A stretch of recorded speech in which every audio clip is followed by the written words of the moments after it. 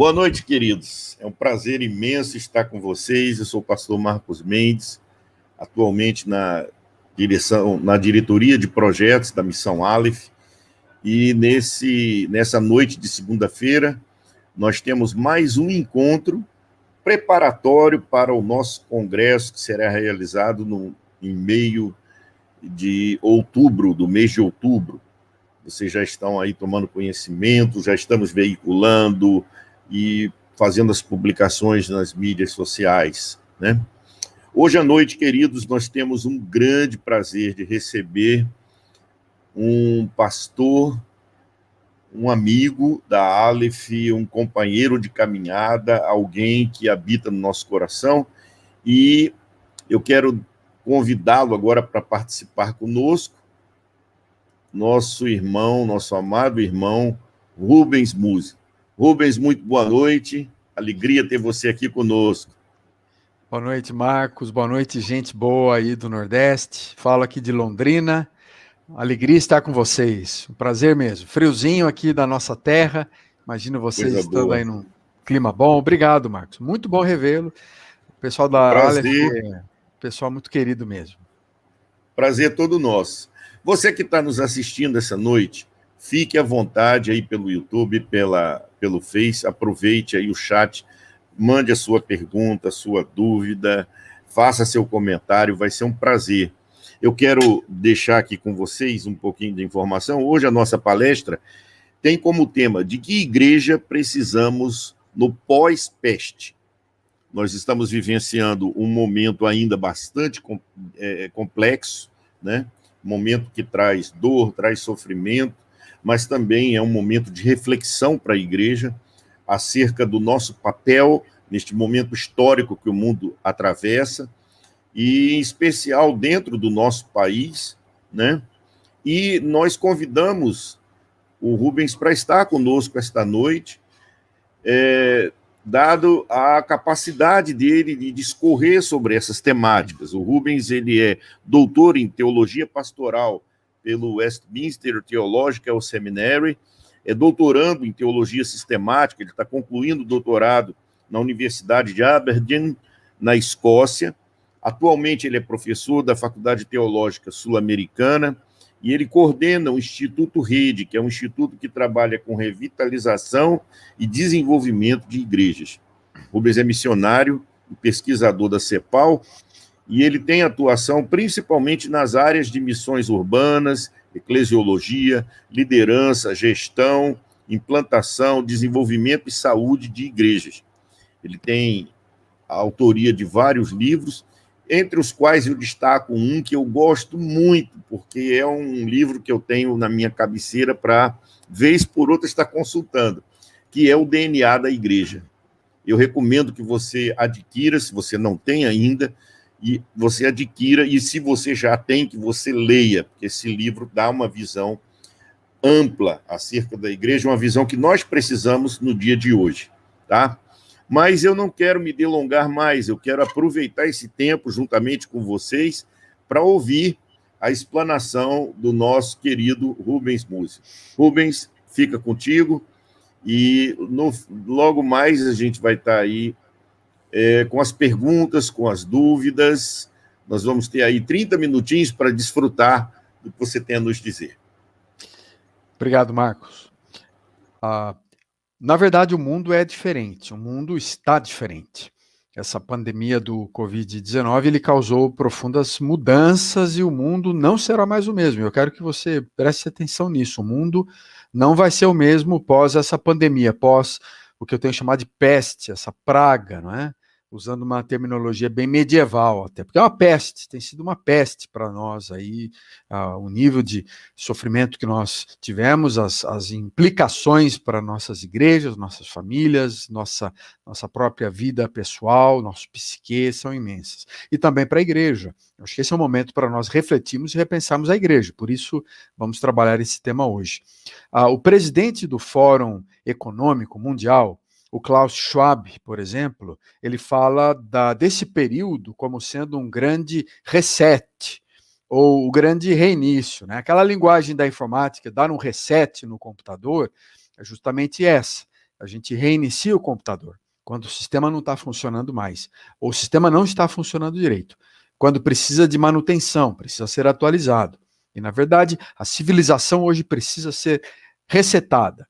Nós estamos, depois de décadas de uma série de problemas que nós não estávamos lidando claramente com eles, lidando de uma forma muito direta, e esse momento de pandemia, ele atingiu-nos a todos, e atingiu diretamente todo o globo, todo o planeta, e aquilo que a gente pode dizer de proporções bíblicas, e a questão é tão complexa que hoje os historiadores, sociólogos, têm chamado 2020 como um ano divisor entre duas eras, duas grandes eras da história da humanidade.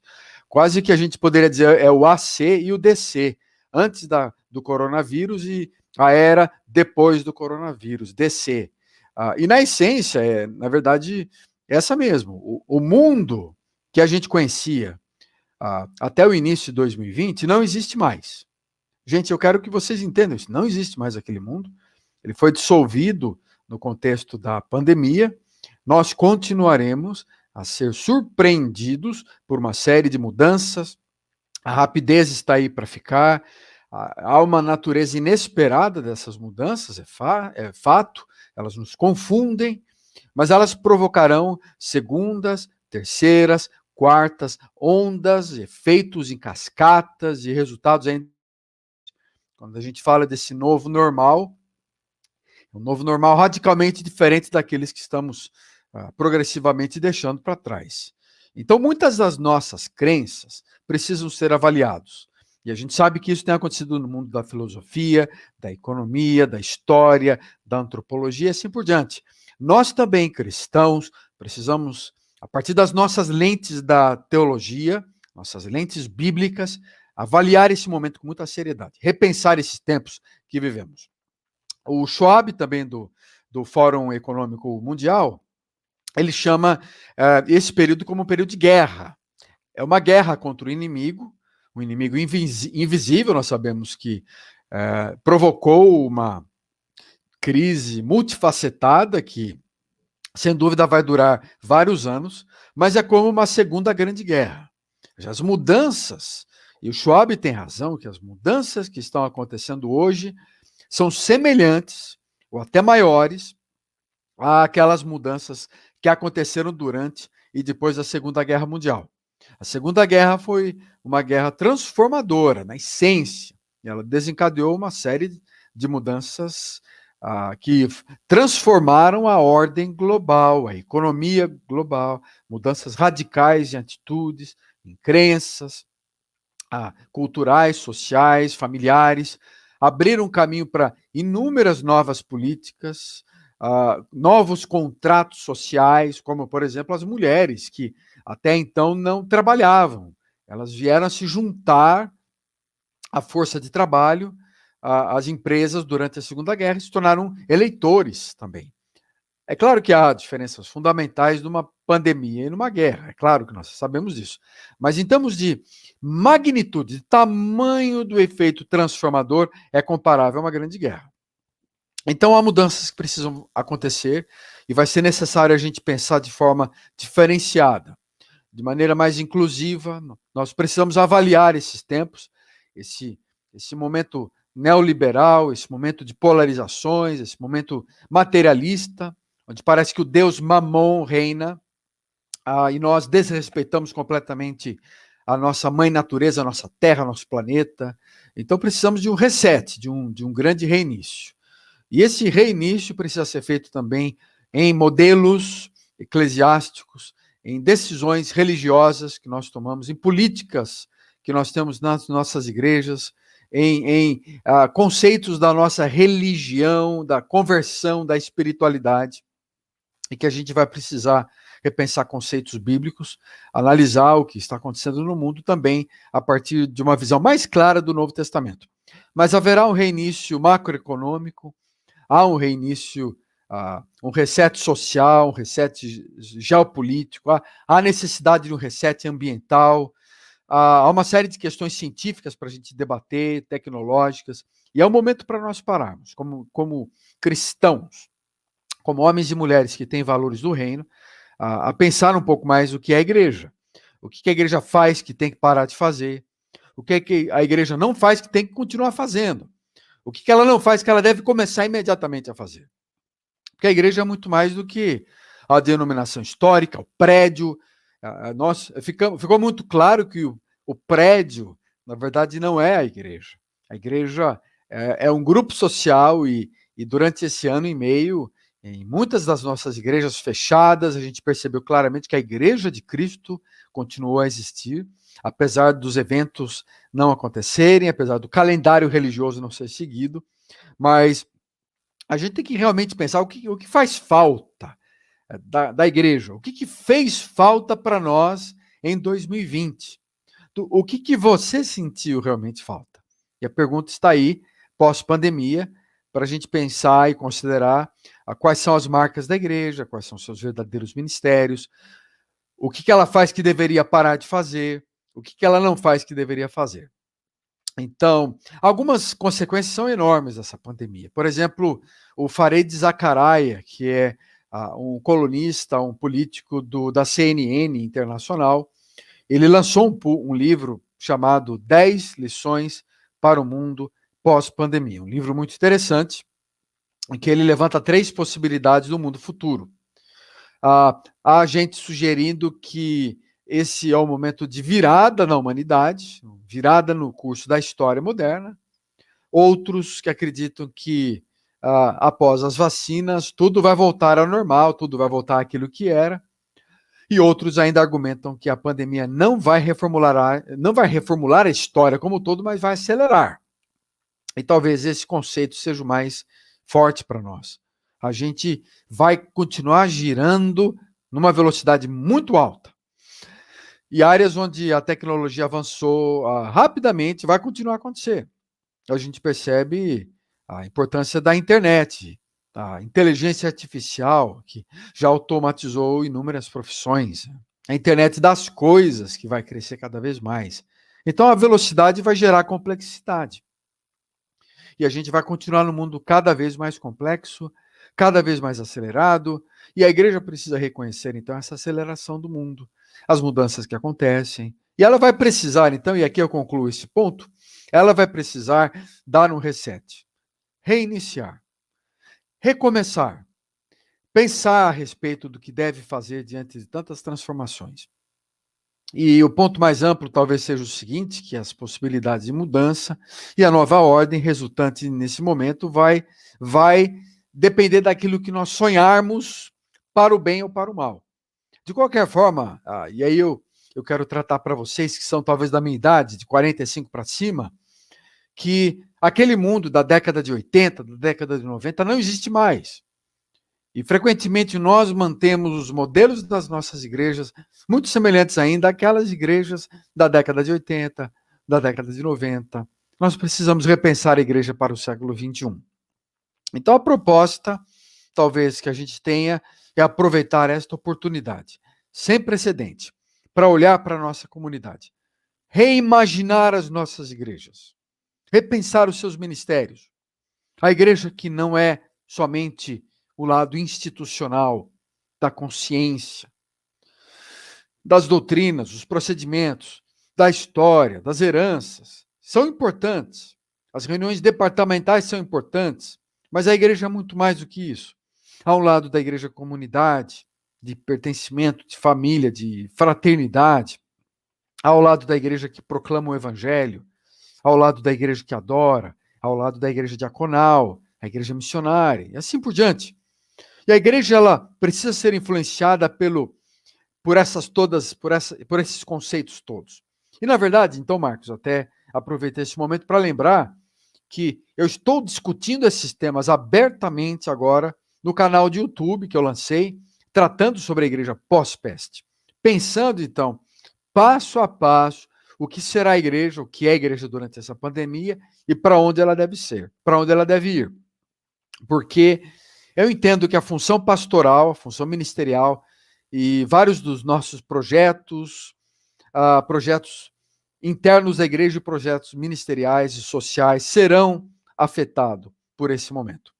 Então, é fundamental que a gente pense em termos de o que fazer. E eu quero apresentar para vocês Foi um pedido, inclusive, da Aleph para mim, para trabalhar um pouco do conceito de crescimento integral.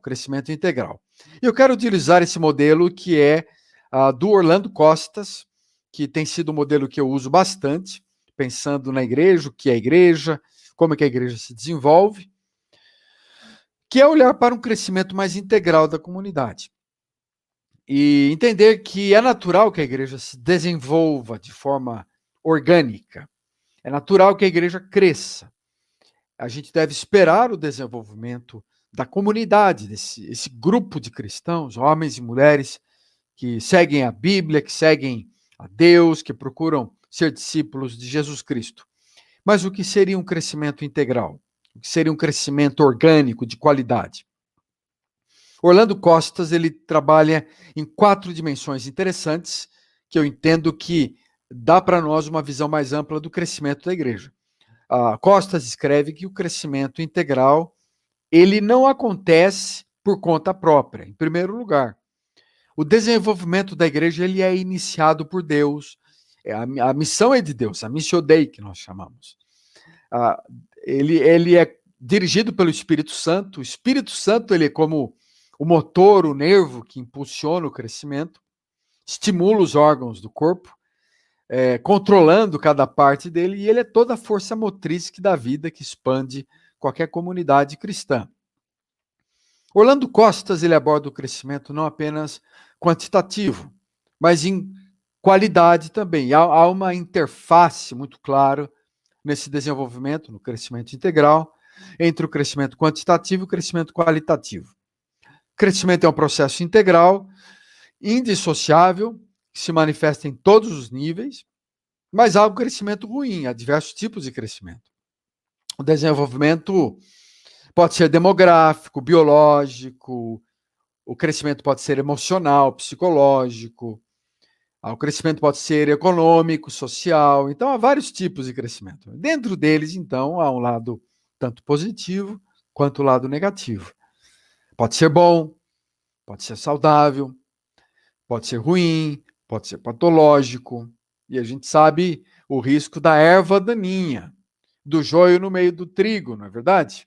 Do crescimento deformado, do crescimento cancerígeno, do desenvolvimento hediondo. Então a gente precisa pensar, avaliar claramente o que seria um desenvolvimento de uma igreja em termos de pós-pandemia, em termos de pós-peste. E eu queria tratar então dessas 4 grandes áreas para a gente, nessa segunda parte da minha palavra, nós pensarmos então em 4 dimensões do desenvolvimento da igreja que nós precisamos usar como lentes para avaliar a qualidade, a profundidade e a quantidade do nosso crescimento. Quando a gente pensa, então, nessas dimensões, a gente começa, sem dúvida, pelo lado numérico. Há um lado numérico, mas há também um lado orgânico. Há uma dimensão conceitual e uma dimensão diaconal. Então, essas são as 4 dimensões que nós vamos trabalhar: numérico, orgânico, conceitual e diaconal. Em primeiro lugar, mais óbvio de todos, é o crescimento numérico. Os novos convertidos, as pessoas que se achegam à igreja, elas vão se aproximando, transferidas às vezes de outras comunidades. Então, esse crescimento que é um crescimento em número de pessoas, é um crescimento que tem a ver quantos membros nós temos no hall de membros, quantos participam nos nossos cultos e reuniões. Então, esse crescimento da membresia, né? Que reflete um lado da reprodução, reflete um lado também desse convite que nós fazemos para as pessoas se tornarem cristãs, também reflete um lado de transferências de uma igreja para outra. Mas a igreja, ela tem uma mensagem, ela convida as pessoas a fazerem parte desse grupo de homens e mulheres, trazendo esperança para eles, convidando-os a entregar as suas vidas a Deus, a alcançar aqueles que ainda nunca ouviram falar do Evangelho, nunca tiveram a oportunidade de ouvir a história de Jesus Cristo. Há muitas necessidades ainda no mundo inteiro, nós sabemos disso. Milhares de grupos não alcançados, há diversas tribos indígenas ainda que não tiveram oportunidade de ouvir falar de Jesus Cristo. Esse crescimento numérico, ele pode ser avaliado através de gráficos, né? Você monitora o crescimento, acompanha suas atividades evangelísticas, você avalia quantas pessoas chegaram ou saíram da igreja. Então, esse crescimento é baseado em dados ligados a batismos, a transferências, a rol de membros. Esse é o crescimento mais básico e aquele que nós discutimos com muita frequência. Mas há um segundo nível de crescimento, que é o crescimento orgânico. O crescimento orgânico, ele encampa um desenvolvimento mais profundo da igreja, como organismo, como comunidade, como um grupo social. É um organismo vivo e a igreja não pode deixar simplesmente todo o crescimento para reprodução de células. Ela tem que se preocupar com o bom funcionamento do corpo, com a integração de todas as partes, essa harmonia diante de um sistema central do corpo, que é o próprio Jesus Cristo, cabeça da igreja. Então, os aspectos orgânicos estão ligados ao fortalecimento de cada célula, a nutrição de cada elemento, de cada parte, cuidado para com o corpo, para que o corpo funcione adequadamente. Esse corpo precisa ser estimulado, coordenado para que a energia, para que o seu vigor não seja desperdiçado. Então, os membros aqui, eles estão envolvidos do corpo não apenas como indivíduos, mas homens e mulheres que fazem parte de uma visão maior, de uma igreja, que é essa comunidade de discípulos de Jesus, que cresce na prática do amor. Então, o crescimento orgânico tem a ver com sustento, perdão, cuidado, fortalecimento. Então, qualquer organização de alto nível de envolvimento acaba sempre estimulando as pessoas a se envolverem nos ministérios. E assim é para esse grupo chamado comunidade cristã. O crescimento orgânico tem a ver com o sistema das relações, o governo da comunidade. O sucesso de uma comunidade depende da relação entre as pessoas, da maneira com que as pessoas resolvem seus problemas, resolvem seus conflitos. Então a igreja precisa avaliar, pós-peste, o seu desenvolvimento orgânico, a intensidade comunitária da igreja, o uso dos seus recursos, o nível de envolvimento da igreja com a comunidade ao redor, com as necessidades do seu bairro, a vida espiritual dos seus membros, uma participação mais efetiva na caminhada com Jesus. Então, frequentemente, nós, nas últimas décadas, nos preocupamos demasiadamente com números, resultados numéricos, com o crescimento no rol de membros, crescimento financeiro. E eu quero que a gente talvez considere que nós deixamos aquém, desvalorizamos ou não colocamos a energia que precisávamos na qualidade orgânica da comunidade, no desenvolvimento mais orgânico. Então, esse desenvolvimento também orgânico pode ser identificado nas finanças da igreja, no treinamento dos seus líderes, na qualidade dos seus projetos, na intensidade da sua liturgia. E é necessário, então, que a gente avalie a qualidade orgânica, essa capacidade da igreja ser não apenas uma organização, mas um organismo. Porque a igreja tem essa mistura, essa dualidade paradoxal entre igreja-organização e igreja-organismo. Há um aspecto da igreja que é verdade, tem a ver com as leis, os nossos compromissos diante do governo, os impostos que nós precisamos nos engajar e pagar, a contabilidade da igreja, o CNPJ da igreja. Há um lado organizacional, mas a igreja não pode funcionar como uma empresa. A igreja é um organismo também, é o corpo de Cristo. Então, esse desenvolvimento orgânico é fundamental para que a igreja entenda seu papel na pandemia e pós-pandemia. Em terceiro lugar, além do crescimento numérico e orgânico, há o crescimento conceitual, que é um crescimento da inteligência da fé.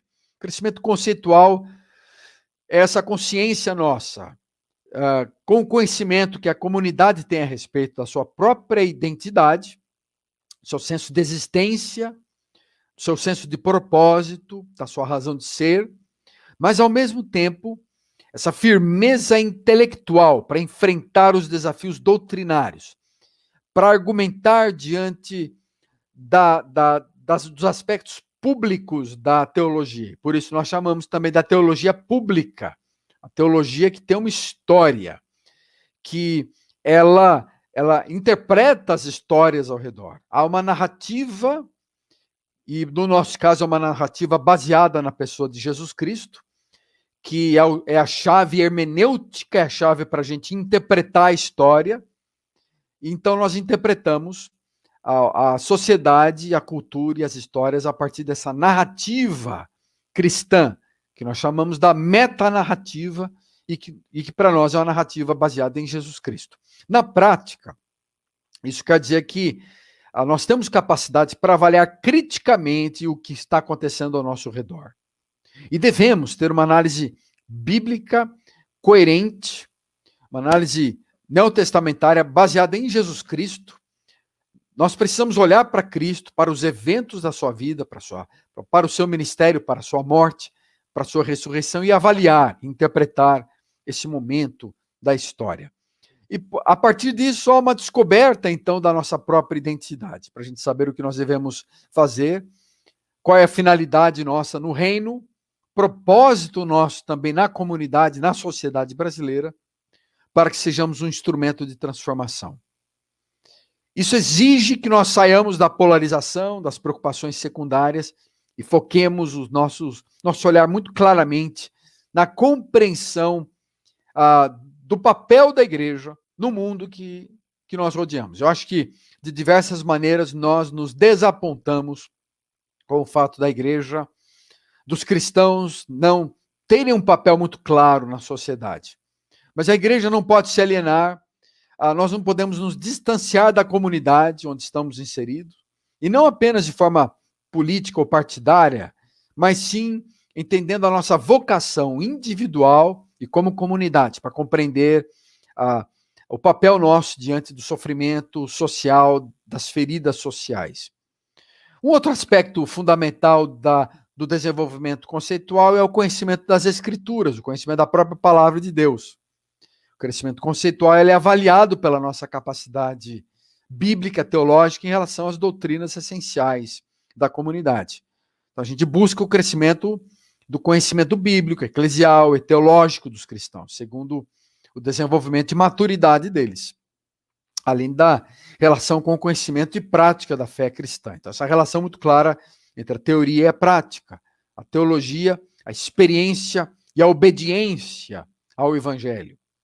E que frequentemente nós geramos dicotomias, há um vazio, há um hiato que separa a teoria da prática, o ativo do contemplativo, a teologia da experiência com Deus. Então precisamos rever esses conceitos e amadurecer no sentido de que a nossa igreja reflita um ambiente, quer seja num treinamento, num grupo pequeno, no sermão de domingo, essa integração da teoria bíblica com a prática. A gente vive o evangelho. O evangelho não é apenas um conceito intelectual. Isso pode nos ajudar de diversas maneiras, o crescimento conceitual, a gente a analisar os ministérios e projetos que nós temos, o que a gente tem que parar de fazer, o que a gente deve fazer pós-pandemia, em termos de currículo para as nossas escolas bíblicas, temas para os nossos sermões, e como é que nós podemos avaliar e interpretar a nossa sociedade, fazendo uma análise da nossa sociedade a partir de uma visão mais cristocêntrica, mais neotestamentária. Em último lugar, além do numérico, conceitual, orgânico, é o crescimento diaconal. Diaconal se refere às áreas de serviço da igreja, as áreas em que nós amamos ao próximo, servimos ao mundo. Né? Diaconal é esse ministério da diaconia que é servir à mesa. Literalmente era a palavra do Novo Testamento, servir à mesa, e depois se torna uma palavra usada em toda a história da missiologia para a assistência social, para a ação social, para o engajamento social, a busca de justiça.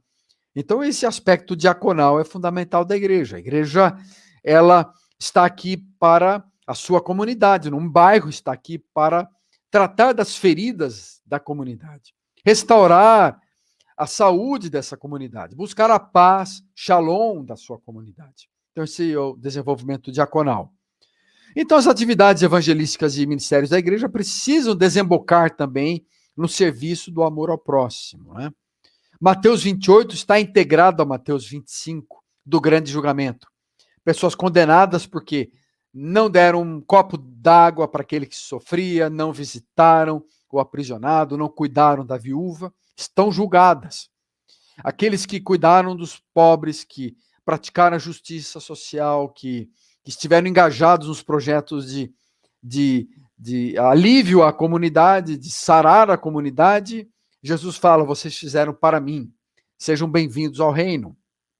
Então, essa avaliação diacônica da igreja é fundamental, quando a gente pensa no ministério libertador e reconciliador que a igreja tem, de prestar um serviço à comunidade. Então, a diaconia, ela vai se desenvolvendo à medida que seus membros se engajam, participam dos problemas sociais, dos conflitos, dos temores e trazem esperança para a igreja. Assim, a igreja precisa ajudar a aliviar, e aqui eu vou concluir esse ponto, a dor humana e transformar as condições sociais, e ela tem esse aspecto que é de servir a nossa comunidade brasileira. Há muitas necessidades, nós sabemos que elas tendem a aumentar nos próximos anos, e a igreja local precisará cada vez mais se engajar em projetos de diaconia. Então, essas 4 grandes áreas deveriam ser desenvolvidas concomitantemente, o crescimento numérico, conceitual, diaconal e orgânico, e você investindo, olhando eles como lentes para avaliarem os diversos projetos e ministérios da igreja local. E observando se a sua igreja está atuando nessas grandes áreas, se ela tem um progresso equilibrado nessas várias dimensões. Em quais dessas áreas, no numérico, orgânico, diaconal e conceitual, a igreja enfrenta suas debilidades, suas fraquezas? O que precisa ser feito para mudar esse quadro? E o que você precisa fazer em termos de tempo, energia, recursos, para a sua comunidade ser mais relevante pós-pandemia, pós esse momento difícil que nós passamos. E organizando também projetos específicos para atender às necessidades de cada uma dessas 4 grandes dimensões.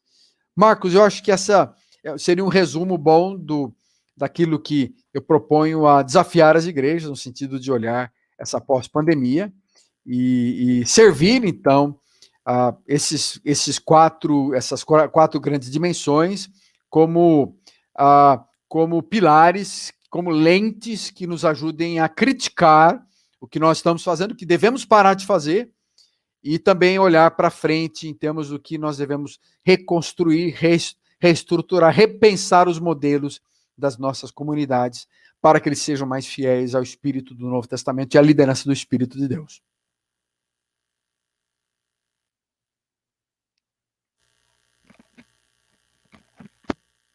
Ô Marcos, eu acho que o seu microfone está desligado. Obrigado. Sim. Eu quero agradecer a Rubens essa explanação fantástica sobre esse período que nós estamos vivenciando, né? Um período de peste e a necessidade que a igreja tem de observar alguns aspectos. E eu queria aproveitar, Rubens, você falou numa coisa interessante, que foi a questão das metanarrativas, né? Sim. O Lyotard, que é um sociólogo francês, ele defende o fim das metanarrativas. Ele diz que nós estamos vivendo um tempo onde os grandes relatos sobre a história da humanidade, eles se findaram. E há quem diga, inclusive, que nós vivemos a época pós-cristã. O Zygmunt Bauman, um sociólogo polonês radicado na Inglaterra, hoje já falecido, ele fala sobre modernidade líquida, um tempo em que os conceitos eles vão se tornando efêmeros, as coisas vão cada vez mais rápidas e fica difícil da gente absorver as realidades que estão à nossa volta. Há um sociólogo francês, o Gilles Lipovetsky, que ele fala também sobre uma era pós-moral, né? Então, será que nós estaríamos vivendo este momento pós-moral, pós-ético? Qual deveria ser a postura da igreja? Porque me parece que a pandemia ela trouxe um agravamento dessas coisas, uma certa confusão nesses conceitos. O que você diria sobre essa resposta da igreja a todas essas coisas que surgem, inclusive agravado com... Agora já tem um conceito de pós-verdade, né? Com as fake news. Então, como você diria que a igreja poderia reagir a todas essas coisas? Esse é um assunto muito amplo, né, Marcos? Você sabe muito bem que exigiria uma outra palestra inteira para a gente tratar disso, né? Eu poderia dizer, talvez, um enfoque maior para a comunidade hoje, diante dessa complexidade do mundo, é encontrar, num mundo muito complexo, a gente precisa de um mapa. Você está numa grande cidade, você precisa de um mapa, certo?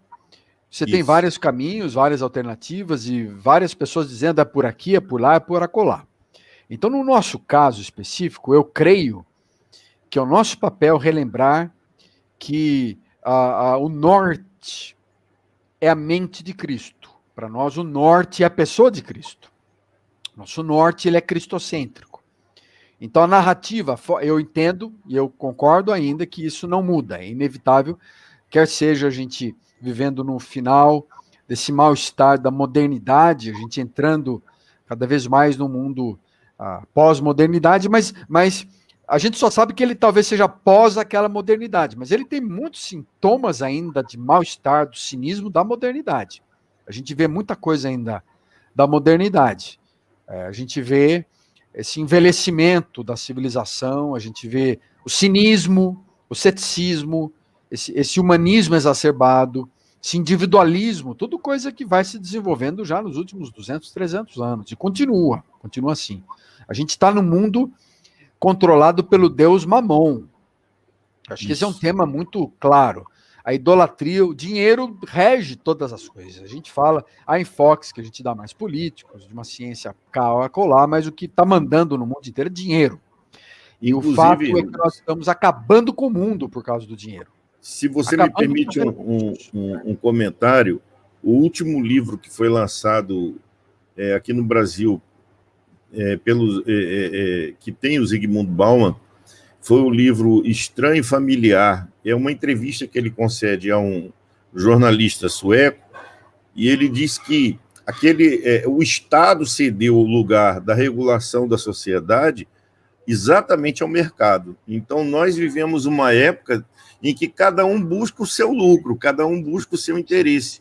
E me parece que muito disso tem entrado pelas portas da igreja, e talvez a forma de nós confrontarmos essa realidade fosse uma volta ao discipulado. Você concorda comigo?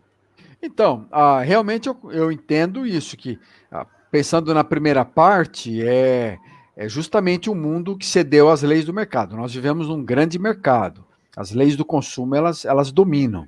E o retorno nosso tem que ser ao discipulado de Cristo, à obediência a Jesus. Eu não tenho dúvida, Marcos. O retorno nosso tem que ser a pensar com a mente de Cristo. E aí eu volto, então, a essa expressão do Newbigin, Leslie Newbigin, que Jesus é a chave hermenêutica da história, a chave para interpretar. Nós não vamos conseguir interpretar esse momento, Marcos, apenas estudando os diversos sociólogos e filósofos. Nós vamos precisar voltar para a teologia bíblica, olhar o evangelho, olhar novamente para as lentes nossas do que é ser um discípulo de Jesus, olhar para caminhar com a pessoa de Jesus, não apenas o que ele dizia, mas como ele vivia, não é apenas o que ele falava, mas como ele vivia.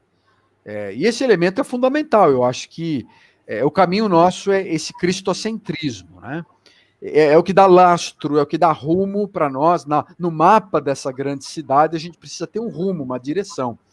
A gente tem Cristo, e o caminho nosso é olhar para a vida dele, para a morte, ressignificar a morte dele, ressignificar a ressurreição dele para nós, e quais as implicações disso no dia a dia da comunidade, da igreja e do mundo, porque é um mundo complexo, e nós estamos perdidos, às vezes, frente a várias opções alternativas, e a gente tem que continuar nessa jornada, de ser um discípulo de Jesus, e caminhar como cristão, e na verdade não é ser evangélico, Marcos, talvez a gente tenha que parar de ser evangélico, parar de ser evangélico, parar de dizer que nós somos religiosos. Eu acho que existe É claro que a religiosidade não deu certo, o crescimento superficial do número de milhões e milhões que migraram de igrejas católicas e centros espíritas para as igrejas evangélicas não resolveu o problema nosso e do país, mas nós precisamos parar de ser evangélicos e realmente buscar o espírito do evangelho, cheios do espírito, gente que caminha com Jesus. Então, esse é o caminho, sem dúvida. Falando no discipulado, eu acho que a melhor palavra, uma palavra distorcida, uma palavra que a gente vai ter que dar uma nova semântica para ela, ressignificar essa palavra também. Mas ela parte do sentido de que nós, como cristãos, nós precisamos andar com Cristo. Somos cheios de Jesus e pensar segundamente de Cristo. E uma abordagem que você fez, eu achei também interessante, foi a questão do que o Orlando Costas aborda sobre esses aspectos do crescimento da igreja. Me parece que há uma preocupação de alguns segmentos da igreja com relação ao crescimento numérico, que é relevante, obviamente, mas analisando a situação do nosso país, que hoje detém um quantitativo de pessoas que vivem abaixo da linha de pobreza e que vivem na pobreza consideravelmente, me parece que esse crescimento no número de crentes, de evangélicos no Brasil, não significou uma mudança efetiva nessa realidade, né? Então, nós hoje temos uma polarização que vai avançando pela igreja, uma polarização em termos de pensamento político, mas nós não vemos, talvez, uma ação profética que afeta o crescimento diaconal, por exemplo, da igreja. Sim. E eu queria que você comentasse sobre isso. Você já falou, você já fez essa abordagem, mas esse enfoque, me parece que essa polarização, a nossa preocupação com aspectos mais políticos, aspectos de quem faz o quê nos meios de poder, tem nos tirado um pouco o foco do pensamento e do diálogo mais relevante que nós deveríamos ter com a sociedade, que é essa vida diaconal que a igreja precisa ter. Sim, sim. E a gente ouve até essas preocupações em grupos que não são cristãos, Marcos. O próprio livro que eu citei do Schwab, né, do Grande Reset, o Grande Reinício, ele fala que a solução vai ser igualdade, por exemplo, que é um valor cristão. As pessoas precisam ser tratadas de forma mais igualitária. Justiça social. O mundo está clamando por justiça social. E esse é um tema que a comunidade cristã é a nossa bandeira. A Bíblia fala mais de 500 vezes sobre justiça no Velho Testamento, mais 200 vezes sobre justiça no Novo Testamento. É um tema fundamental do cristianismo. Esse cuidado com as pessoas, o amar ao próximo. Amar a Deus, mas amar ao próximo. E nós estamos negligenciando vários desses elementos em troca dos nossos prédios. E nós vimos que os nossos prédios não serviram para grande coisa durante a pandemia. Isso. Mas o que nós investimos em prédios, em estruturas, Marcos, que a gente poderia investir e ajudar as pessoas. E em busca de uma vida mais simples, talvez. Eu acho que é um princípio da simplicidade, da igualdade, princípios de nós tratarmos a todos com a lei de ouro, não fazer para ninguém nada que você não queira que seja feito para si mesmo. A lei de ouro precisa ser vivida. A regra de ouro da igreja precisa fazer para o outro aquilo que você quer que seja feito para você. Né? Então, eu acho que nós vamos ter que repensar esses conceitos mais básicos dos profetas do Antigo Testamento e dos profetas da atualidade.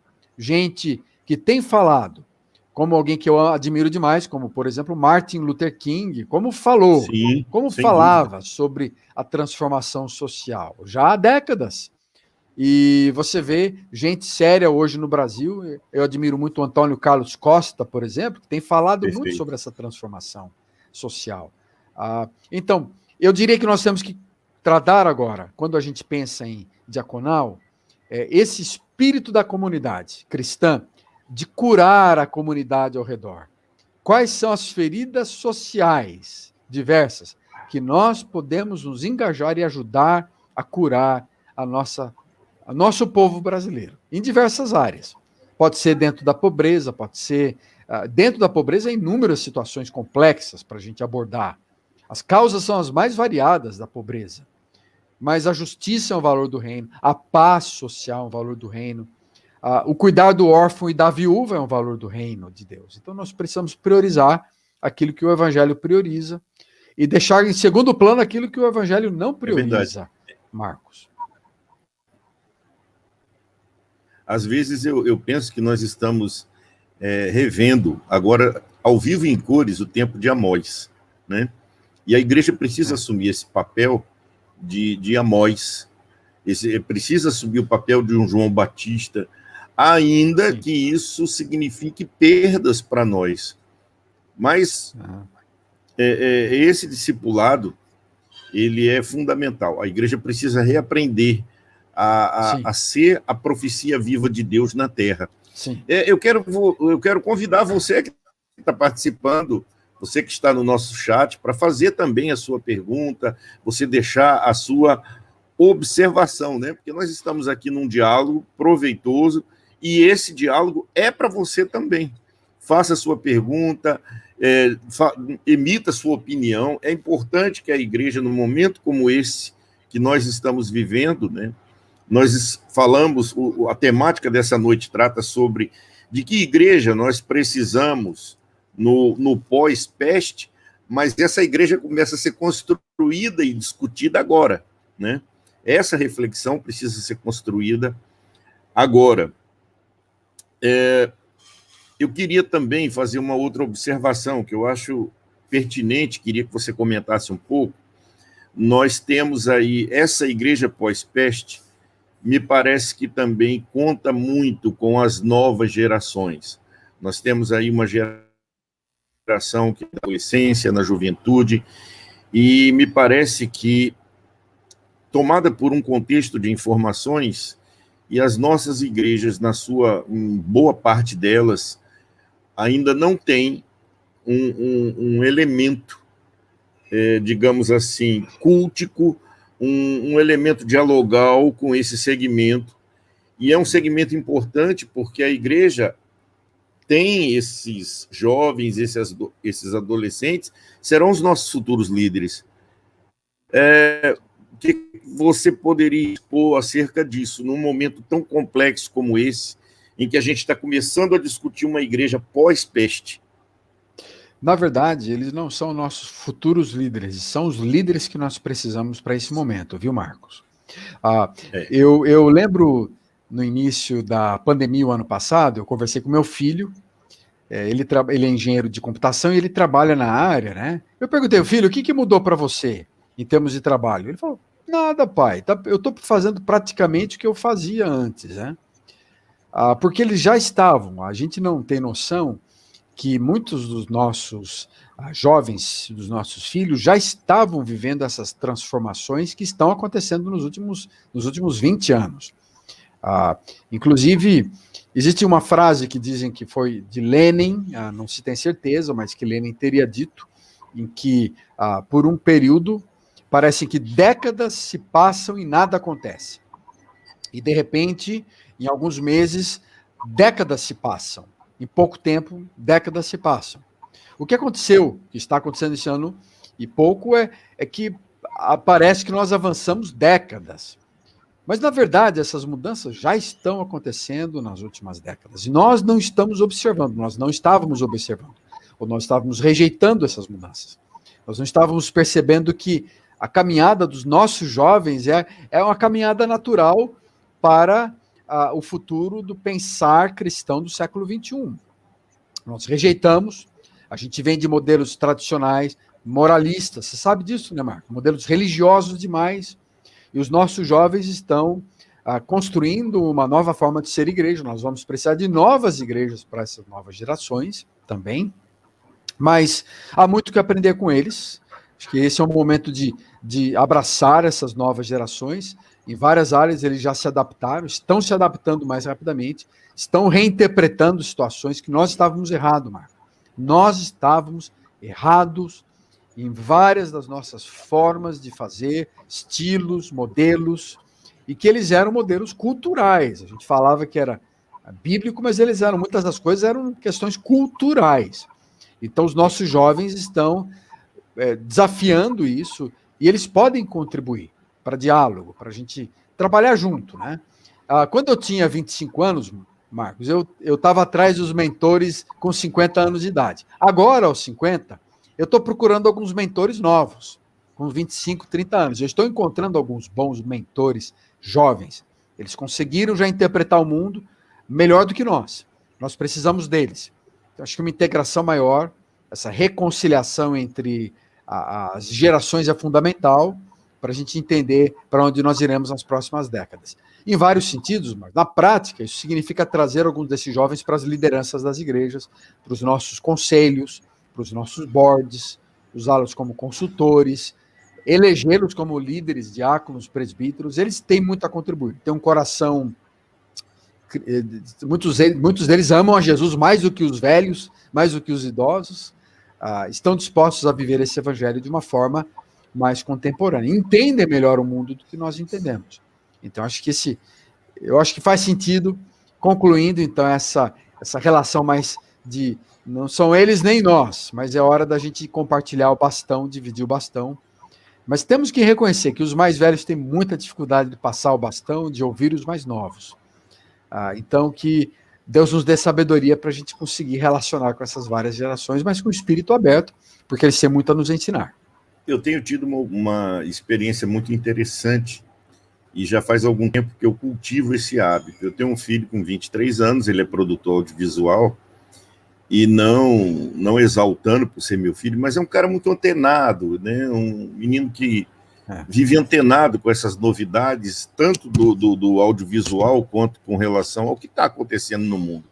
Sim. E vez por outra eu me aproveito. Eu levo, vamos tomar um cafezinho ali nós dois? Então eu saio com ele, a gente senta para bater um papo, para conversar, e eu tenho aprendido muita coisa com ele. Eu procuro repassar um pouco da minha vivência, daquilo que eu tenho experimentado ao longo do tempo, mas aproveito para absorver esses novos conceitos, essa nova visão. Ele está trabalhando com adolescentes agora, ele disse, pai, olha, é incrível como esses meninos têm de 6 a 8 horas, sendo muito bonzinho, de ligação com o mundo midiático, e quanto nós estamos oferecendo para eles nas igrejas por semana. Então, a mídia lá de fora está ganhando para a igreja, e a gente precisa repensar isso, porque eles são pessoas que têm muito a oferecer e, às vezes, não são tão observados. Ô, Marcos, eu relutei com relação à mídia, mas estou atrasado nisso, mas uma das coisas que ficou muito claro para mim é que eu precisaria fazer um canal de YouTube. Eu precisaria ser um youtuber também, né? Apesar de já ter mais de 50 anos, falei, não, eu preciso pensar de forma atual. Então, a minha decisão foi, inclusive, no mês passado, começar esse canal, que é um projeto novo que eu estou desenvolvendo, que é colocar essas coisas em conceitos midiáticos, porque a gente precisa repensar nossa comunicação das nossas mensagens, a duração dos nossos sermões, por exemplo, Marcos. Eu tenho falado com os meus alunos de pregação e comunicação na FTSA. Sermão hoje tem que ser mais curto, né? Eu gosto muito do estilo TED de mensagens, 20 minutos, 22 minutos. A gente precisa compreender que as implicações desse processo de aceleração do mundo, elas vão estar em todas as áreas, inclusive no púlpito das nossas igrejas. Então, o fato do seu filho ser antenado, estar influenciando para você é uma maravilha, porque a gente precisa de gente assim mesmo, nos influenciando, nos ajudando a entender esse mundo de hoje. O conteúdo que a pessoa de Jesus não muda, mas as formas, os estilos, as maneiras da gente comunicar precisam ser revistas, Marcos. Eu não tenho dúvida quanto a isso. Nossos queridos lá do Observatório Social de Mato Grosso, eles fizeram uma observação aqui, conceitos básicos, simplicidade, mas precisamos também confrontar a corrupção, especialmente nas igrejas que lavam dinheiro da corrupção. Nós conversamos um pouco acerca dessa temática, né, da corrupção e da questão política, antes mesmo do nosso encontro começar online. Sim. Mas eu queria que você falasse um pouquinho sobre isso, sobre de que forma essa nova igreja que nós precisamos ter pós-peste, ela poderia se levantar no enfrentamento desse drama, eu diria que não só drama, mas um verdadeiro câncer dentro do nosso país, que é a corrupção, que, no meu entendimento, já tomou um formato um tanto quanto cultural no meio do nosso povo. Nesse sentido, Marcos, eu acho que a gente tem que parar de pensar na igreja como um todo, ou na instituição. Eu não tenho muita expectativa de mudanças institucionais, denominacionais, Marcos. Pessoalmente, a maior parte das instituições e modelos denominacionais, eles são do século XX, são modelos ultrapassados. O que eu tenho muita expectativa, e isso eu falo para o pessoal lá do Mato Grosso, é que cada um de nós compreenda o nosso papel, a nossa responsabilidade social como cristão. Então, em termos de instituições, se a gente jogar para a instituição a responsabilidade, nós vamos continuar frustrados. Mas nós podemos nos engajar individualmente e embutir, incitar cada cristão a que seja cheio desse espírito de santidade que o Evangelho nos ensina, de ética cristã que o Evangelho nos ensina. E que entenda cada profissão como uma extensão do seu próprio cristianismo. Quer seja o cara que trabalha no estacionamento, lava prato, ou ele tem uma fazenda, ou ele é um político, nós somos chamados a uma vida de santidade, uma vida de ética com os valores do Evangelho. Então, vamos agir. Eu não tenho muitas expectativas assim, como eu falei, institucionais ou manifestações populares, mas eu tenho uma expectativa ainda muito grande nesse potencial do grão de mostarda, do fermento que vai levantando a massa. Cada um de nós, sendo homens e mulheres sérios, gente comprometida com os valores do Evangelho, e naturalmente, qualquer que seja a nossa função, nós não vamos praticar a corrupção. Qualquer que seja o nosso papel social, seja pastor de uma igreja, seja tesoureiro de uma igreja, seja um político, seja um empresário, quem quer que seja, onde quer que nós estejamos, mas se nós temos a consciência de que estamos na presença de Deus, a gente fala aquilo que José dizia: ai de mim se eu pecar contra Deus, eu estou na presença de Deus. Então essa consciência é o que mais me dá esperança, Marcos. Individualmente, cada um de nós vivemos e nos engajarmos com a nossa vocação como membros do corpo de Cristo, nosso chamado como discípulos cristãos que seguem, que procuram não apenas ouvir as ideias de Jesus, mas obedecer.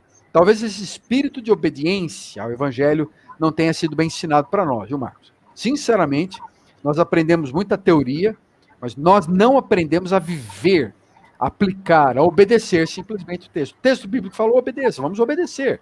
A gente tem que saber o que ele está falando exatamente, para não interpretar mal. A gente já está interpretando mal, a gente não vai ter que obedecer o que está mal interpretado e que o texto não está dizendo. Mas se o texto fala algo, obedeçamos. Se ele fala para a gente ser dessa forma, vamos seguir, não vamos questionar o texto bíblico. Obediência, talvez é o que falte. Por isso, Marcos, talvez muitos daqueles que se chamam evangélicos não são cristãos. A gente não pode esperar nada deles, eles não sabem o que é ser cristão. Agora, cada um de nós que é cristão, vive o evangelho. Nosso compromisso é com o reino. Enfim. É verdade. Queridos, nosso irmão Elias Ferreira, ele fez uma observação, acredito que tenha sido com relação à colocação que você fez, Rubens, acerca dos TEDs, né? A Aleph usa muito o TED nos seus encontros, nos fóruns. Ele colocou o seguinte: desculpa, mas discordo que os sermões tenham que ser mais curtos. Tá. Porém, penso que devem ser mais atuais em sua apresentação. A questão, Elias, não é se a gente concorda ou não discorda, é que as pesquisas atuais comprovam, Elias, que o nível de atenção das gerações diminuiu. Então as pessoas não prestam atenção. Você pode fazer um sermão de 50 minutos, pode ser muito bom. Eu gosto de pregar sermões, já preguei muitas vezes sermões longos. Mas o problema é que, naturalmente, por causa do mundo da visibilidade, o mundo da mídia, esse mundo atual, o mundo, o nível de atenção das pessoas é curto. Então, se você vai pregar um sermão longo, você vai ter que fazer blocos bem específicos, com alguns intervalos ajustáveis na sua comunicação para que as pessoas prestem atenção, porque elas não vão estar mais ouvindo você. Você faz um sermão longo. Essa questão do TED, na verdade, é a densidade, né? Ele pega, às vezes, um doutor que tem uma tese de 300 páginas e ele desafia o TED, o sistema ou a metodologia desafia aquele doutor que tem um livro de 300 páginas a conseguir, em 20 minutos, resumir o conteúdo de forma estimulante, de forma que o conteúdo fique gravado na mente das pessoas, seja prático, seja sensorial, multidimensional, e a mensagem fique. Acho que a questão hoje para nós é mais essa. O sermão pode ser curto ou longo. Se você não lembra dele, não adianta. As pessoas não vão lembrar porque ele é maior. Mas eu acho que essa capacidade de que a nossa mensagem comunique algo marcante, algo que seja tocante, seja transformador. Esse pode ser talvez um pouco mais longo, né? Mas eu diria que o modelo que seja mais contemporâneo hoje é esse modelo TED, 20, 25 minutos. Passando disso, Elias, infelizmente, as pessoas não estão mais ouvindo você. Nós temos aqui uma pergunta do nosso irmão Cassiano Batista. Ele nos pergunta: vocês acreditam que existe um caminho de confluência, de aproximação entre diferentes segmentos da igreja, que estão divididos em diferentes leituras do momento político e ideológico que estamos vivendo? Eu entendo, Cassiano, que nós temos o Ministério da Reconciliação. O Ministério da Reconciliação, então, olhando para uma terminologia mais bíblica, é sempre um ministério de aproximação, de confluência. Então, esse é o nosso chamado. Nosso chamado não é para polarização, nosso chamado não é a favor do partidarismo, da hostilidade, do ódio, do preconceito. Não é. Isso é contrário ao evangelho, isso é demoníaco, isso não vem do reino de Deus, isso é extremamente destrutivo, né? E você sabe muito bem, melhor que eu, do que está acontecendo ao redor por causa dessa polarização. Polarização em todos os níveis, desde o nosso lar, né? Entre primos, irmãos e tios, a polarização na nossa igreja local e a polarização do Brasil e do mundo inteiro. A questão talvez para nós, é procurar a terceira via. Não é um lado, não é a direita nem a esquerda, não é nem conservador nem tradicional. Nós temos que sair da polarização. Fugir dessa tensão, desse dualismo, porque não existe, na verdade, há inúmeras respostas. Não existe só preto e branco. Há diversas tonalidades de cinza. Então o mundo, se ele é visto como preto e branco, então a gente sempre pensa que o que está do outro lado é nosso inimigo, e a gente é hostil. Então, a gente usa essas técnicas do conflito armado, né? Como alguns pesquisadores dizem, que toda nação tem um escudo e uma espada, então, sempre atacando e se defendendo. Então a gente tem esse espírito polarizado. Então, o nosso chamado, sem dúvida, é para reconciliação, é para pensar numa terceira via, é colocar gente diferente para conversar, dialogar, é fazer com que essas pessoas conversem umas com as outras, sem se acusarem, sem se destruírem, sem se machucarem umas às outras na mídia. Então, eu entendo que isso é prioridade, deve ser prioridade para nós, nos próximos anos. Procurar essas terceiras vias, uma alternativa conciliadora, um espaço de diálogo intermediário, em que a gente ceda um pouco, a gente vai negociar para cá e para lá. Não é um perdedor e um vencedor, que sejam dois vencedores, que deixaram um pouquinho, que perderam um pouquinho, mas os dois sejam vencedores. Eu acho esse espírito do evangelho, um só corpo, um só Cristo, um só espírito, um só batismo, uma só igreja. Nós temos ainda aqui uma pergunta do nosso irmão Ronaldo Coelho. Rubens, sobre essa retomada pós-pandemia, qual o ritmo que a igreja e sua liderança deve tomar agora, nesse momento, para cumprir sua missão? Agora ainda é cedo, Ronaldo, porque nós não saímos da pandemia. Nós estamos ainda enfrentando a pandemia. Ela pode levar alguns meses. Então eu diria que esse momento ainda é um momento de muita cautela, muita sabedoria. Vamos com calma. nós vamos precisar de tempo para reestruturar. Acho que é o momento, talvez, de você pensar agora com a sua comunidade qual é a nossa visão, qual é a nossa missão, fazendo um plano de trabalho, né? Mas sem pressa, não seja afoito. Nós não sabemos quanto tempo vai durar isso, nós não sabemos quando nos livraremos desse grande conflito, né? Como uma grande guerra. As mudanças vão acontecer nas próximas décadas, você vai ter tempo para ver essas mudanças. Então vamos com calma, façamos bem feito. Nós temos muita gente em luto, muita gente sofrendo, muita gente amargurada, muita gente em crise, muita gente pobre, muita gente com dificuldades as mais diversas, que passaram por grandes tempestades. Cuida do seu povo, pastoreia essa gente, e lentamente você vai sonhando com o futuro, pedindo essa visão de Deus a partir daquilo que você vê ao seu redor. A busca da missão e da visão tem a ver com as necessidades. Observe as necessidades, veja o que está acontecendo ao redor da comunidade, como é que você pode servir.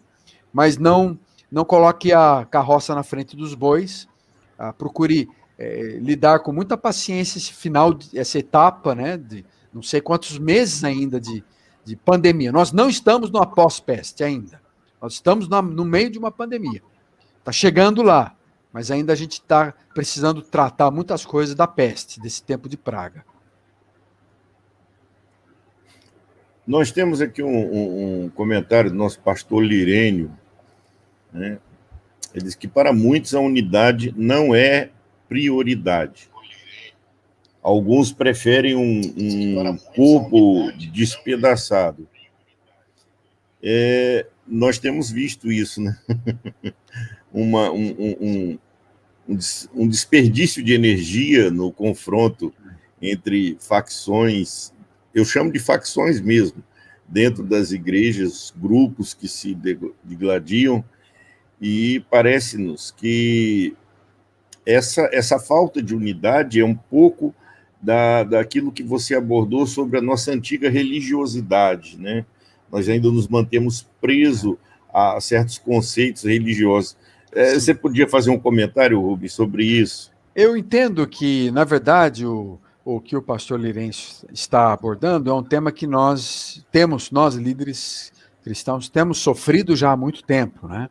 A gente tem sofrido com isso, com essa falta de unidade, nós sofremos com isso nas nossas conferências, nós sofremos na evangelização, o proselitismo que a gente faz, né? Os conflitos e divisões entre as igrejas, nós sofremos com muito. O que talvez tenha piorado, Lirencio, é que agora todo mundo está vendo isso. Quem não é da igreja está vendo isso, o mundo inteiro está vendo essa desunião. Então agora é a hora da gente reconhecer a nossa vulnerabilidade, ser honestos conosco, dizendo, a gente não fez um bom trabalho. Nós estamos assim já há muito tempo, não adianta esconder mais. É hora da gente reconhecer que não deu certo, muitas coisas não deu certo. A gente vai ter que conversar, dar alguns passos. E talvez o passo seja você convidar aquele pastor da igreja que você ofendeu, que você criticou, para tomar um café juntos, para sair da sua zona de conforto e você se aproximar daqueles que são diferentes. Acho que nós vamos precisar dar passos nesse sentido, para que eles vejam, né? O espírito do evangelho é isso, para que eles vejam como vocês se amam, e aí eles digam, pô, essa gente é boa mesmo, esse pessoal é legal, e eles deem glória a Deus, porque eles estão vendo que eles se amam. Então, acho que a maneira nossa vai ser, individualmente, cada um de nós, dar passos em direção a grupos diferentes, a grupos que nós nunca nos aproximamos, a amigos, talvez gerar amigos em comunidades de outras denominações que têm uma teologia completamente diferente da nossa. Que nós sejamos menos radicais, mais abertos, mais amorosos, menos moralistas, menos religiosos. Desprezemos menos aquelas igrejas que são diferentes da nossa. Paremos de criticar a igreja vizinha. Convidemos essas pessoas para almoçar em casa, para comer uma pizza junto, para tomar um café, para falar sobre o reino, para lembrar que nós fazemos parte de uma mesma comunidade. Eu estou dando poucos exemplos apenas para dizer dessa iniciativa que nós temos que tomar, pastor Lirencio. Eu acho que a gente acaba criticando, mas a gente não faz nada. Vamos fazer. Vamos levantar, vamos pegar o telefone, vamos falar, vamos sair, vamos conversar com gente que é diferente. Vamos aceitá-los no nosso coração. Vamos amá-los sem se sentir ofendido porque eles são diferentes. Acho que esse espírito de hoje é fundamental, né? Que os jovens às vezes nos inspiram. Eles são muito mais multiétnicos, multirraciais, multiculturais do que nós somos. E nós somos às vezes muito tribalistas. É o mundo do tribalismo. E tribo vai comendo umas às outras. O mundo tribalista. E a globalização levou um pouco essa direita mais tribalista, mais cultural, mais acirrada contra o multiculturalismo. Esse é um tema, eu tô só passando rapidamente, mas é um tema que está aí presente. E nós precisamos buscar essa unidade em passos práticos. Em termos de estruturas, instituições, não há muita esperança. Eu não tenho muita expectativa em termos das estruturas. Eu acho que individualmente, amigos, associações, o que a Aleph faz, às vezes com gente de várias denominações, e incitando o que a CEPAL faz, o que a FTSA faz em Londrina, gente de várias denominações, estudando junto, trabalhando juntos, eu acho que esse é o caminho.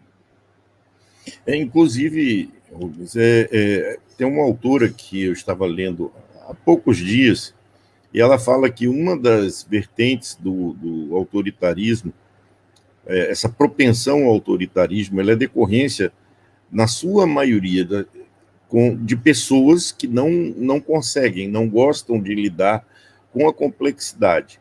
E complexidade é algo que a gente vê com maior naturalidade no mundo de hoje, né? Um mundo complexo. A Aleph tem procurado investir nas redes, né, de pastores e líderes.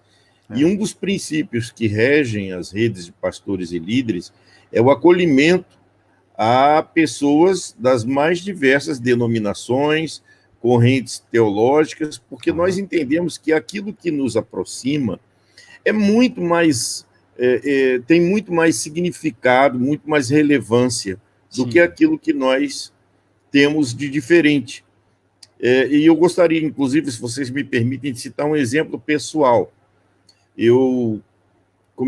Quando eu comecei a servir ao Senhor, eu servia na Assembleia de Deus, e ao sair de uma assembleia, eu fui para outra assembleia, da qual eu pude ser primeiro vice-presidente, e houve um momento em que, por uma direção de Deus, eu saí. Hoje eu sirvo ao Senhor numa igreja batista. E as pessoas, às vezes, né, os que têm um pouco mais de intimidade, algumas pessoas mais próximas chegaram, mas como você consegue sair de uma Assembleia de Deus, uma igreja pentecostal, e vai para uma igreja batista reformada, que tem uma diferença teológica conosco? Eu digo, gente... E eu comecei a responder esse tipo de questionamento: se eu não sou da Assembleia de Deus, nem sou da Batista, eu sou do Reino, eu sou de Jesus. E a orientação do Senhor foi que eu servisse lá. Eu tenho as minhas convicções, eu tenho a minha base de fé, e essas divergências, essas diferenças, não vão fazer com que eu deixe de servir ao Senhor naquilo que Ele me der a fazer. E isso eu conversei com o pastor da igreja, que é o vice-presidente da Aleph. Eu conversei com ele e disse: Nildo, olha, você sabe de onde eu venho, das minhas convicções, sem problema. Eu respeito as convicções das pessoas e creio que isso vai fazer com que nós cresçamos enquanto igreja. O pastor Nicodemos tinha colocado ali no chat uma observação sobre essa aceitação, esse entendimento. Ele é um sinal de maturidade espiritual. E a igreja precisa amadurecer para enfrentar aquilo que vem pós-peste. Essa maturidade de ter um entendimento, de ter um bom diálogo com as pessoas que talvez não pensem tão igual a nós.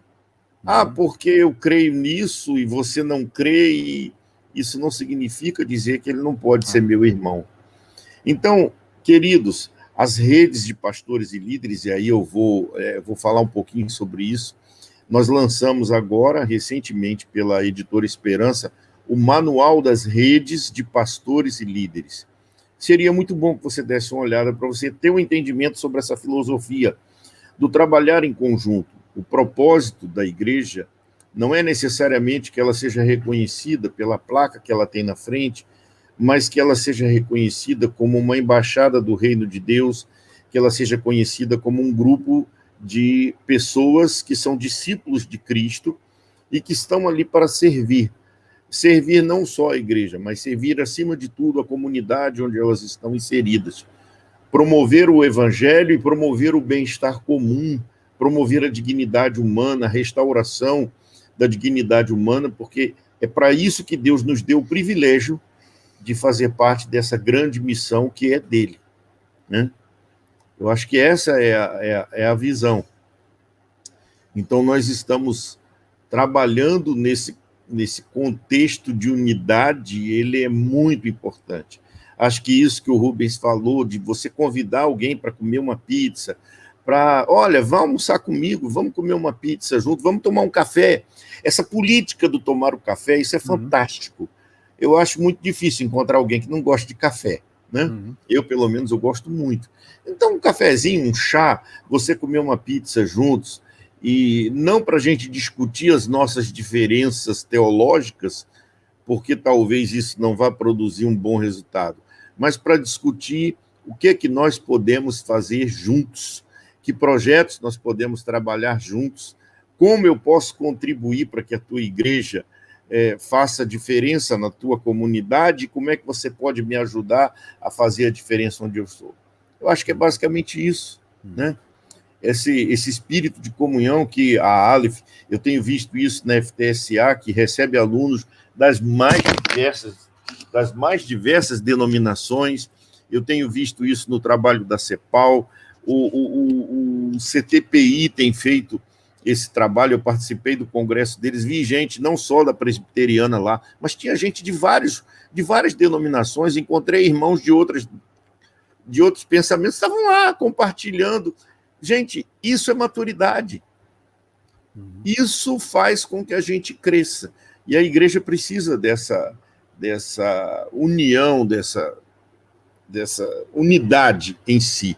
Não é, talvez, uma unidade, uma unanimidade teológica, né? Não é uma unanimidade teológica.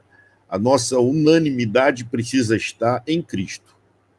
Cristo é o Senhor, Cristo é o Salvador, ele morreu pelos nossos pecados na cruz do Calvário, ressuscitou, ele vai voltar, é ele quem dirige a igreja, ele é o cabeça, então essa tem que ser a nossa unanimidade. A unanimidade teológica, ela dificilmente ocorrerá, porque desde o princípio que a gente vê diferenças de pensamento. Eu penso que é isso. Gente, nós temos aqui alguns outros comentários, eu peço perdão a vocês não expor todos, né? Mas esse é um convite que eu faço a você, a participar dessa rede de pastores e líderes. Se você não tem ainda próximo, se você está num município onde não existe ainda uma rede, a Aleph está pronta, nós temos todo o know-how para compor essa rede, para lhe orientar nessa composição de rede. Nós temos a alegria de ver muitas das redes que nós ajudamos a plantar. Isso não é glória para nós, é glória para o Senhor, é bênção para os irmãos que se disponibilizaram. Nós temos visto, por exemplo, no Capão Redondo, em São Paulo, o trabalho formidável que a Imove tem feito. A rede lá chamada Igreja em Movimento, a rede que está lá no Cabo de Santo Agostinho, pastor Manuel Araújo, que está conosco essa noite, está aí na audiência, e tem feito um trabalho fantástico, gente. Inclusive, já se multiplicou. A rede lá do Cabo já se multiplicou em outras redes, já está se ampliando. Nós temos aí a rede do Morro do Meio, em Joinville. Temos rede lá em Teixeira de Freitas, pastor Absalom, que está conosco essa noite também. Então, nós temos visto esse trabalho de rede, ele produzir resultados fantásticos. Então, o que é que você pode fazer numa rede?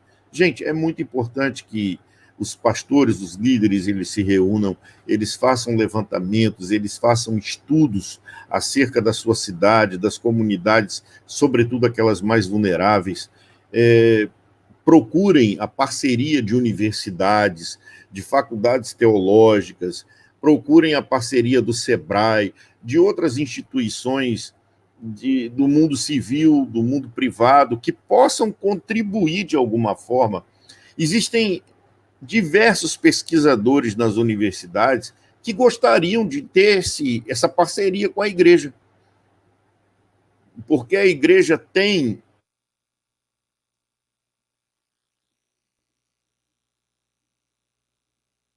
se espalha pelas comunidades, ela se enraiza pelas comunidades, e ela tem essa facilidade de contato, de diálogo, de bate-papo. Agora nós precisamos abrir mão daquilo que o Rubens colocou essa noite, dessa religiosidade que ainda perdura em muitos rincões evangélicos. A gente precisa assumir não a postura de evangélico, mas de cristão. E nesse mundo pós-peste que se anuncia, essa realidade eclesiástica que está se anunciando para depois da peste, ela vai requerer de nós essa unidade de pensamento, ela vai requerer de nós que nós deixemos de abominar um pouco a ciência, mas que nós possamos nos valer das ferramentas científicas de pesquisa, outras ferramentas que a estatística, as ciências sociais e tantas outras áreas do conhecimento que às vezes até nós demonizamos, que nós possamos nos apropriar disso. Trazer esse pessoal para o nosso lado para nos ajudar a entender o contexto onde nós estamos e como nós podemos trabalhar junto a essas comunidades, né? Então, eu creio, queridos, que essa unidade de ação, ela pode promover essa mudança. Mas eu queria deixar esse espaço agora para as considerações finais do Rubens, que ele fizesse as suas considerações e a gente vai estar se despedindo. Um abraço aqui também para o pastor Clésio Costa, ele é meu cunhado, está lá em Doutor Pedrinho, lá no interior de Santa Catarina, missionário do Senhor, que está lá fazendo a obra, e está aqui parabenizando a todos os participantes, né, por esse bate-papo gostoso que nós tivemos aqui. E, Rubens, fica aí esse espaço para você fazer suas colocações, para você fazer suas considerações. Obrigado. Primeiro, em lugar, agradecer a Aleph e a você, Marcos, pela oportunidade de estar aqui, a toda a equipe, muito obrigado por esse tempo juntos, e a amizade que nos liga é uma amizade forte, contem comigo, é muito bom estar com vocês. Segundo lugar, eu tenho uma visão muito positiva quanto ao futuro, né? Nossa esperança é escatológica. Deus tem nas palmas da mão, o leão cordeiro de Deus tem nas palmas da mão os manuscritos, né? E ele pode abrir o livro da história da humanidade. A gente sabe qual é o the end, né? Qual é o final dessa história. Então nós precisamos manter essa visão esperançosa, positiva, escatológica que nós temos no final dos tempos. Essa é a minha segunda observação. A terceira observação é que, realmente, eu incentivo vocês, todos que estão ouvindo, a pensarem em algumas coisas práticas de como aplicar essa conversa na sua comunidade. Então, anote, aproveite esse tempo agora, anote, tome algumas decisões, para que não fique simplesmente num bate-papo teórico, mas que você leve daqui algumas decisões a serem tomadas. Escreva aí, eu vou fazer isso, eu preciso fazer isso, eu vou tomar essa decisão, eu vou obedecer isso que eu ouvi da palavra, e eu vou procurar fazer isso que o Evangelho me ensina. Então, é a minha sugestão mais prática agora, no final desse momento. Anote, para que você não vá dormir, esqueça, e depois, no final, não se lembre daquilo que nós conversamos aqui. E eu proponho realmente você olhar para essas 4 dimensões como lentes para a sua igreja local e aprofundar essa análise.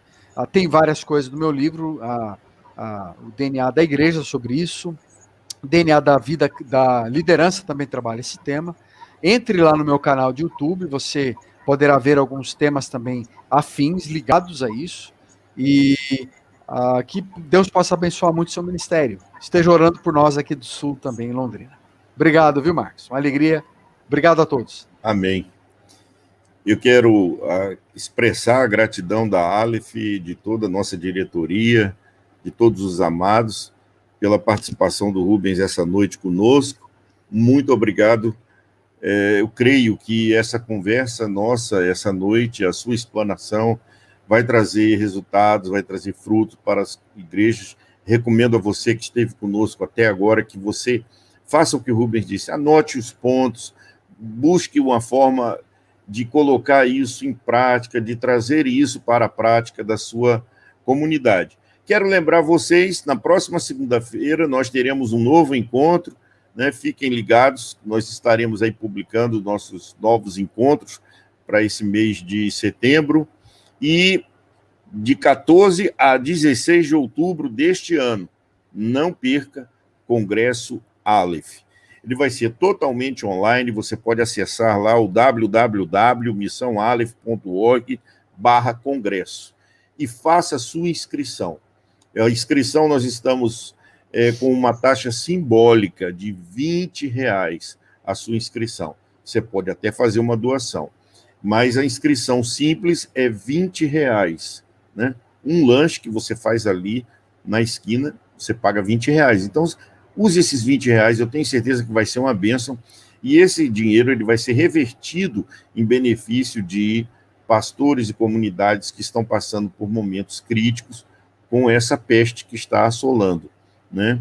Você pode também fazer a sua inscrição e a aquisição de um dos livros que serão publicados pela Aleph agora, o livro do Congresso, Futuro da Igreja e a Igreja do Futuro, e você poderá também adquirir o outro livro, que é um livro de nossa autoria. Nós esperamos poder estar lançando agora do Congresso da Aleph o Incômodo das Questões, que vai falar exatamente sobre a igreja e a sua missão. Então, faça uma visita ao nosso portal www.missãoaleph, missão sem o tio, Missão Aleph, tudo junto, minúsculo.org/congresso, e você vai ver lá nossos convidados especiais. A gente vai ter a participação do Ronaldo Lidório, Ricardo Barbosa, Nauzira Nascimento, Chris Wright, Mac Peer, Michael Gorrin. Temos aí uma série de palestrantes, Jorge Henrique Barro, gente de qualidade que vai estar conosco trazendo a mensagem, trilhas, plenárias. Olha, está uma benção. Eu sou muito suspeito para falar porque eu faço parte desse movimento. Que Deus abençoe a todos vocês. Quero mais uma vez agradecer ao Rubens e convido você para estar orando agora conosco no encerramento desse nosso programa. Amém? Senhor, eu quero te louvar, quero te exaltar, te glorificar por esse momento precioso que nós tivemos, conversando, Senhor, meditando, refletindo acerca da tua palavra, acerca da tua igreja e dos tempos que se avizinham posteriores a essa peste que assola o mundo. Deus Todo-Poderoso, eu quero suplicar a tua bênção sobre a vida do Rubens. Deus, que a tua misericórdia, a tua graça estejam sobre ele, o ajuda nos seus projetos, guarda a sua família de todo mal, estende a tua mão sobre o ministério do teu filho. Deus amado, cada um daqueles que estiveram conosco esta noite, que a tua bênção, Senhor, paire sobre eles e que o teu Espírito possa promover uma revolução em nosso espírito, em nossa mente, e assim nós possamos cumprir o teu propósito para nossas vidas, fazendo com que o teu nome seja glorificado e o teu evangelho propagado em nossas comunidades. Recebe a nossa gratidão por esses momentos e dá-nos uma noite de paz. É o que eu te peço e desde já quero te agradecer em nome de Jesus. Amém. Amém. Fiquem todos com Deus e até a próxima segunda-feira, em nome de Jesus. Um abraço a todos. Abraço, gente. Um abraço a todos. Deus abençoe a todos. Um abraço.